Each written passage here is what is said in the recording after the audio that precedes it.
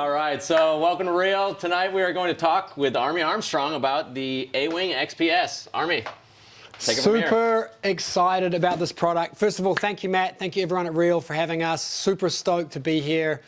Reel is just awesome because I've been here a few days, and yeah, you guys really make new riders every day. So, you know, hats off to you guys. Great job.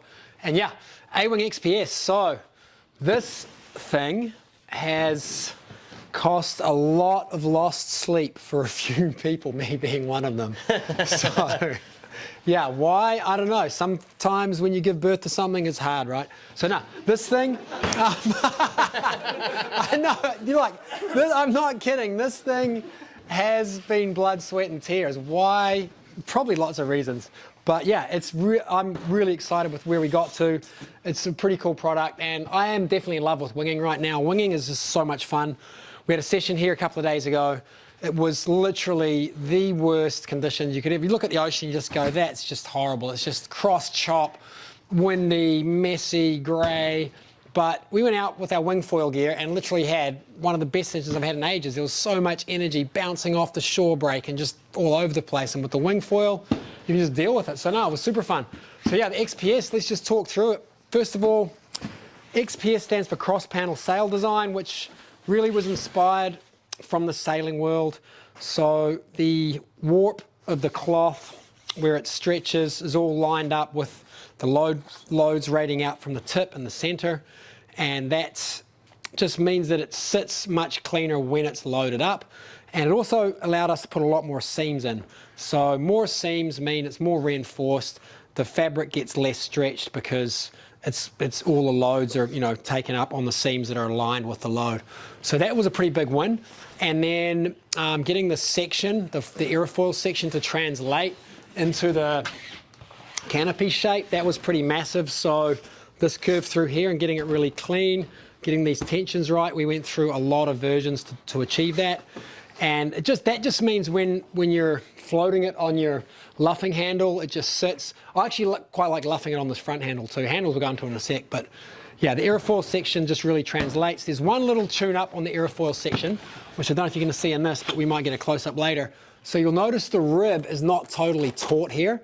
So that's set up because when under load, right, this whole thing breathes. It's partly why we've used the Dacron in the leading edge, because it does give and it does flex and it gives a much nicer feel.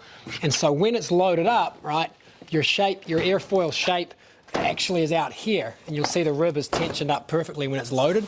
And rib's so that white piece of Dacron? Yeah, the rib's this bit here. And so when she's loaded up, this is basically like back in the day with your windsurf sails. Remember, they were all floppy.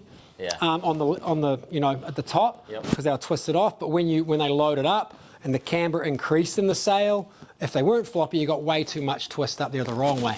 So it's a little bit like that. Wind whacking? Wind whacking, windsurfing. Days? Yeah, back in the wind whacking days. I was a wind whacker. I love wind whacking. It was epic. So yeah, handles. Let's go into those. So hybrid carbon handles.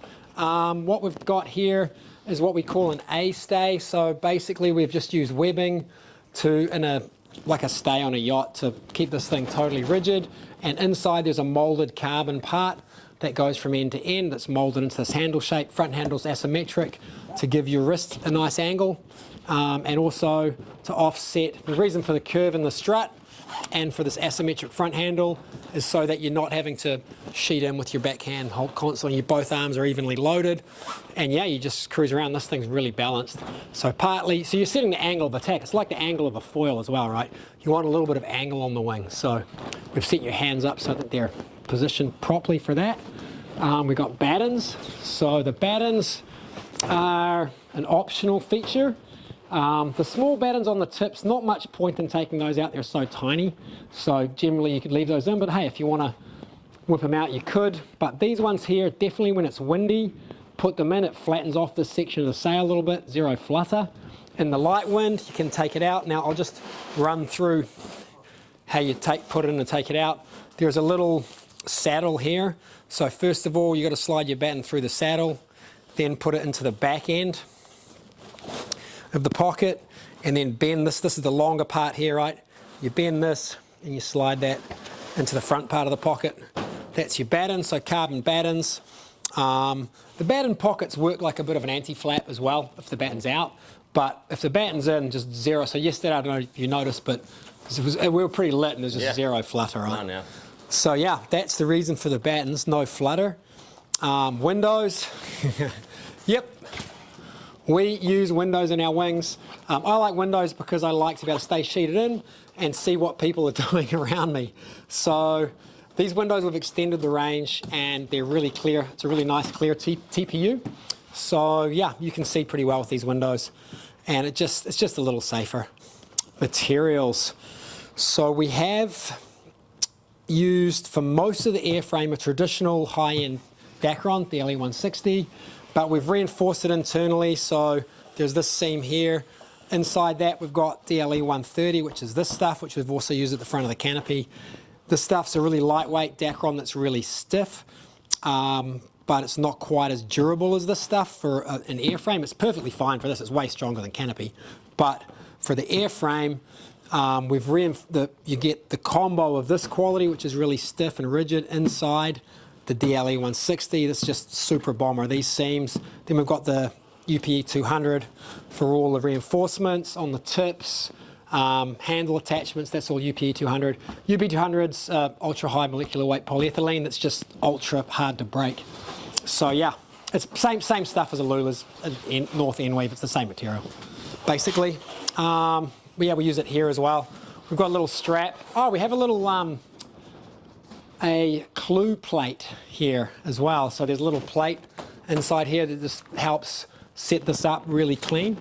So there's a little plastic plate inside here. And the clue, there's a little clue strap that goes into a bit of Velcro under here. So you can actually adjust the tension there a little bit if you want to. Not really that necessary unless you're really going out in nuking conditions. You might want to pull a bit on. How about the tight canopy? It's like a lot tighter than most canopies you see. Yeah, so the tensions, we really wanted to make sure that there's a couple of things going on. First of all, we wanted to get the airfoil section to translate really nicely, and we wanted it to luff really well. So when you're holding the wing on your front hand and it's sitting, we wanted it just to like really sit. You need some curve to be held into the shape when the wind's blowing over it. So that's why we put the tension in.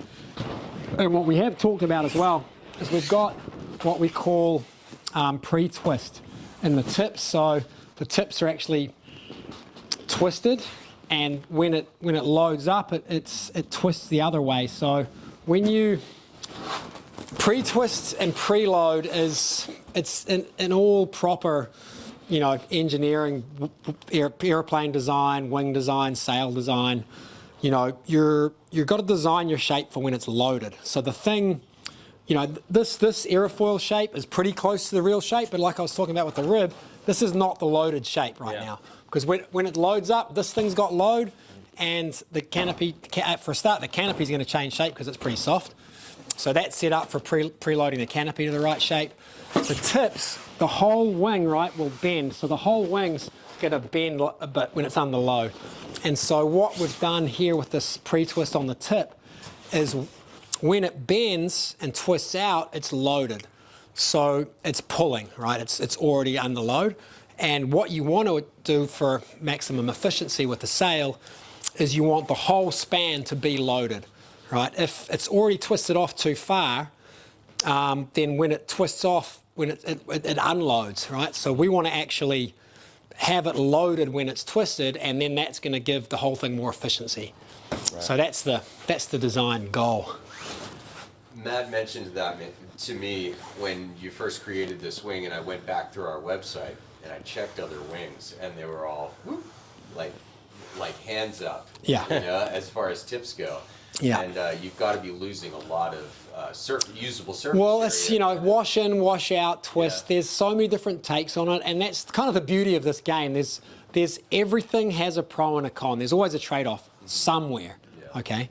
So, but what we discovered with this wing is for handling, this is massive, right? So, handling across a broader wind range. What this whole wing, the whole job of this wing, is to be just amazing for anyone that loves winging and just wants to do it. It might not be the fastest wing downwind in the world. It might not be the fastest wing upwind in the world. I don't know if it's going to win races or not. Actually, I don't really care.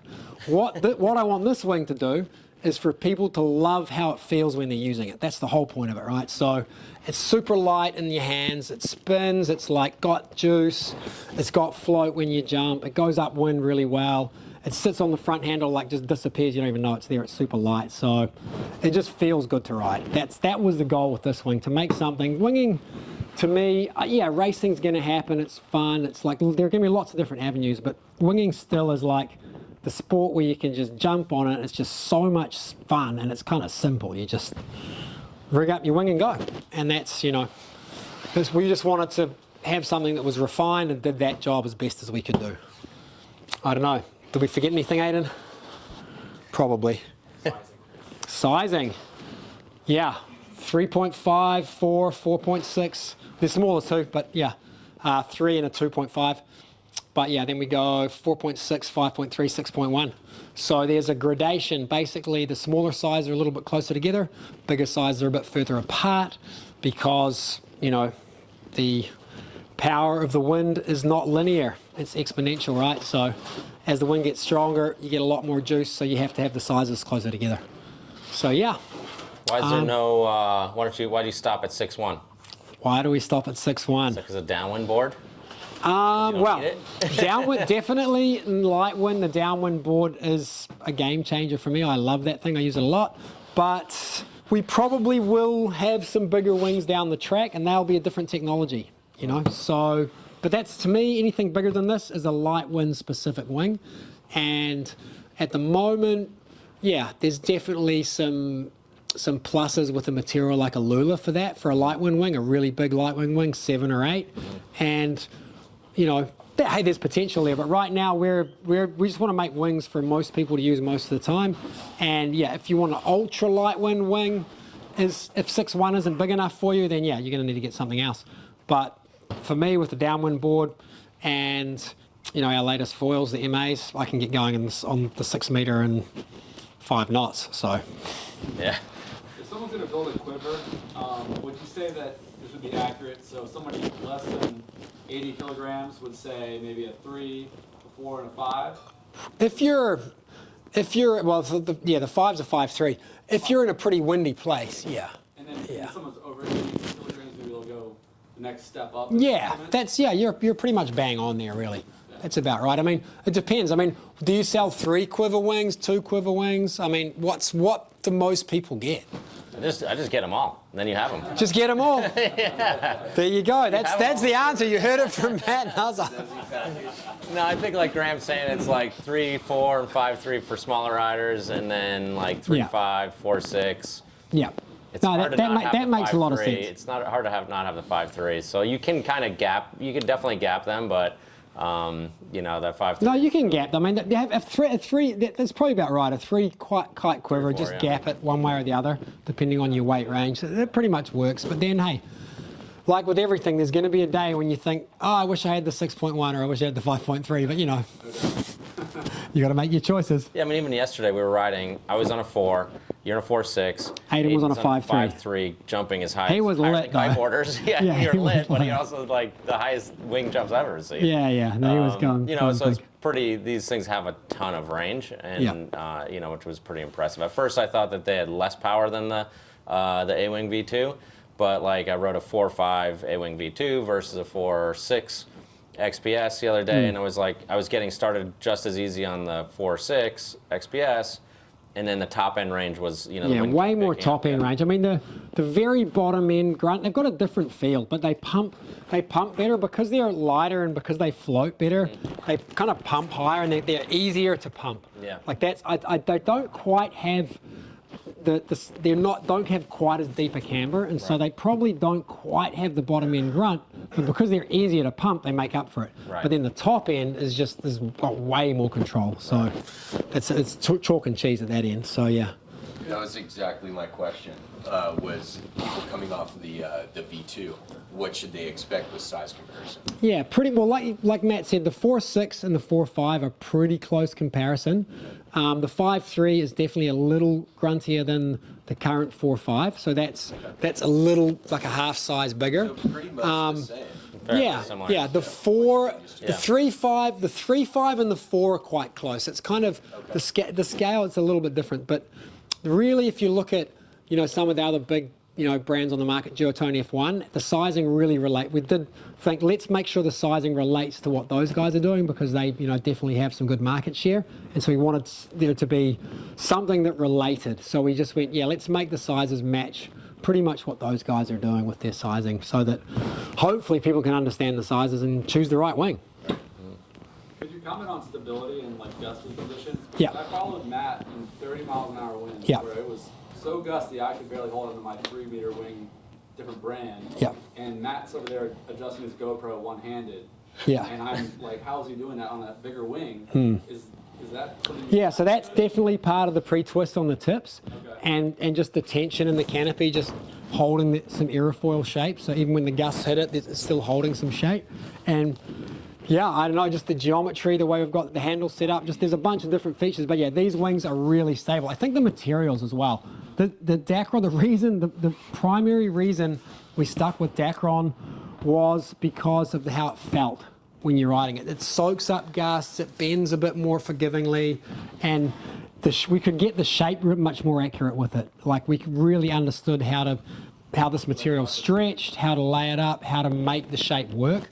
The other material, we tried a lot with a lot of other materials, we could never get the shape as clean and it just didn't feel as good. So we're like, let's just use what feels good. So that was where we ended up. Aiden. Why'd you go with the hybrid carbon handle instead of soft?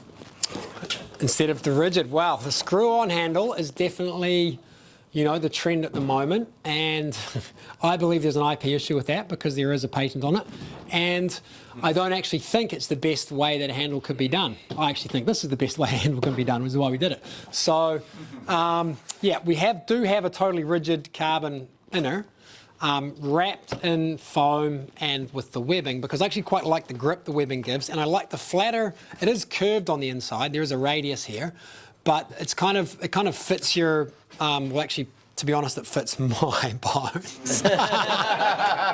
Your name's on the wing, so better fit your hand. Sorry if your hands are a bit smaller. No, it's curved, so it's really comfy to hold, and with these stays, it's super rigid, but it's still there's a big radius here, and it's got foam around it, so it's not it's hard because there's carbon inside it, but it's not really hard. It's not a hard block of plastic. You're not gonna wreck your board with you would have to hit your board very hard with that to ding your board, right? Unlikely to happen, and yourself too. It's kind of you can hit yourself with it, and it's soft. I just didn't like the clunky corners on the hard handles, Right.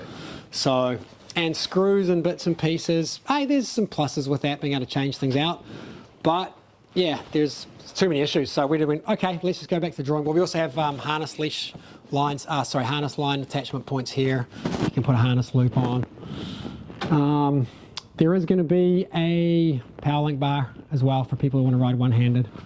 You can ride one-handed off the front handle. Well, you can ride one-handed there. Yeah. But no, there are guys that want to do one-handed aerials. The kids want to do that, so we'll make a handle for them. Yeah. So like whenever it comes to like people like sort of just like in person, like coming in the shop, like looking to purchase a wing and stuff like that, it's kind of hard to convince them to like make the investment to buy like a full quiver of wings in that way. So what ideally, most of them are usually from pretty low wind areas in like the middle of the country. What like wing would you recommend for like a lower end but still can like handle those higher gusty days? Probably a 5.3. Yeah. You can't, if you go much smaller than a 5.3, you're not going to have enough juice in light wind. I mean, it does depend on your board choices too, right? So, I mean, I'm pretty lucky because I do use downwind boards a lot, and I've got a couple of them. So that means I can get away with, I can get a 4.6 going on a downwind board in pretty light wind.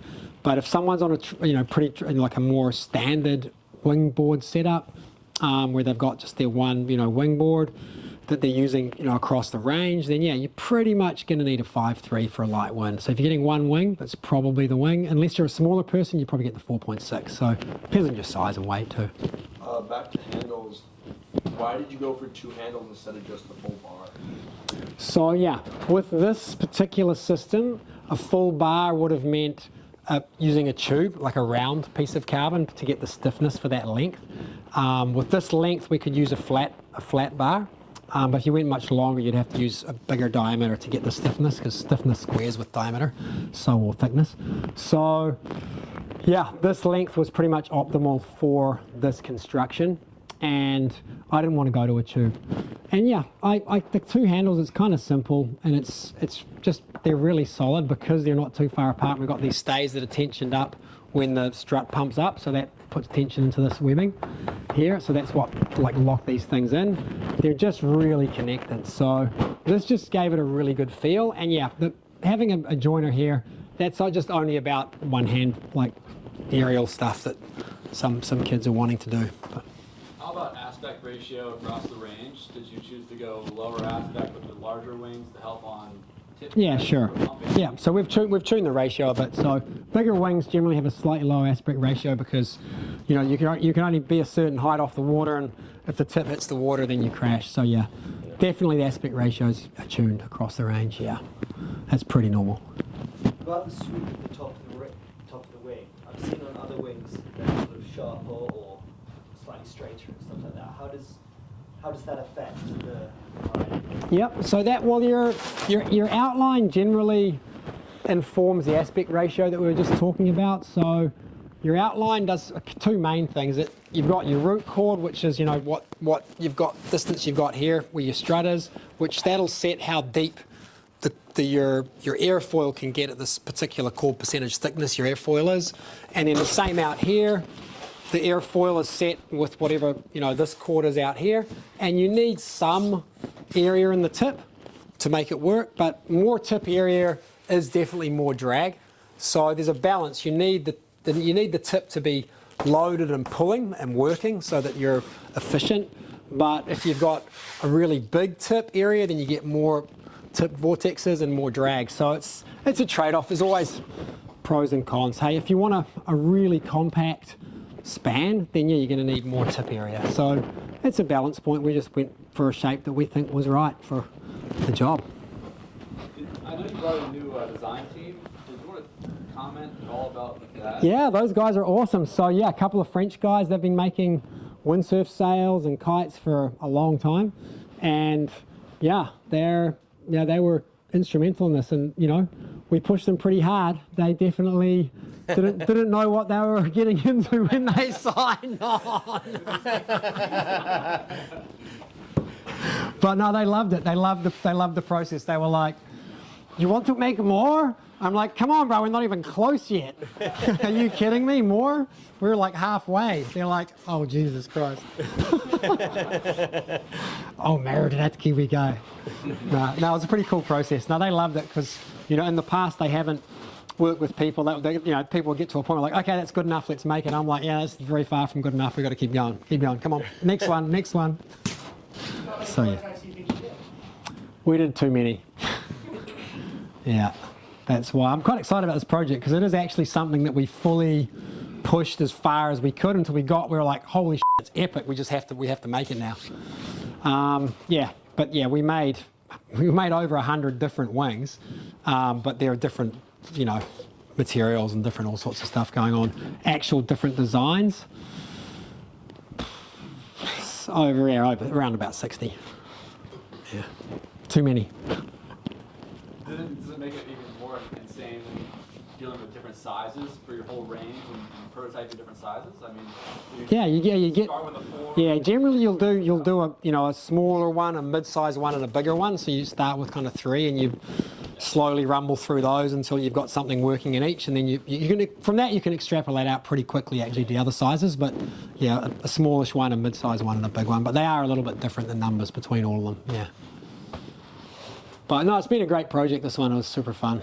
And yeah. Anything in the bags we should know about? Anything in the bags? There is a batten pocket. Yes, there is a batten pocket. Okay, so we'll just zip one of these open. Do the battens come installed on the wing or in the pocket?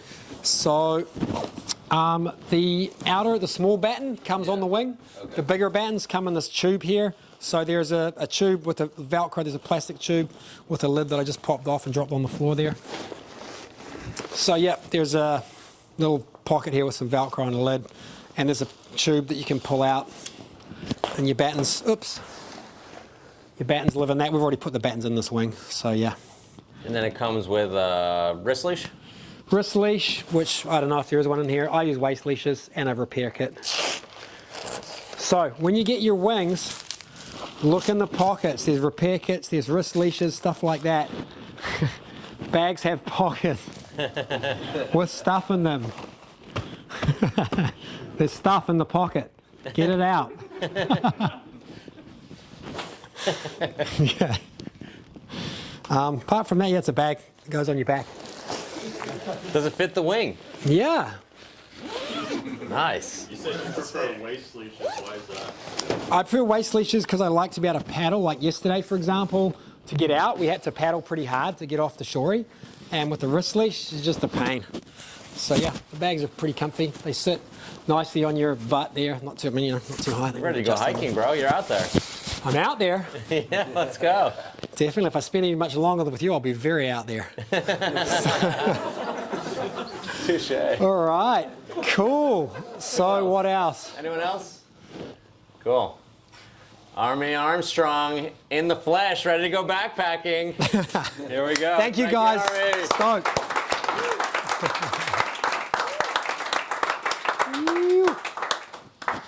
Sweet. All right. All Thanks, right. everyone. We got more beer? Yeah, we have. Perfect. Awesome. Thanks for everyone for coming. I'm sure Armie's going to kill the rest of the beers, so if anyone wants to hang out and talk to him.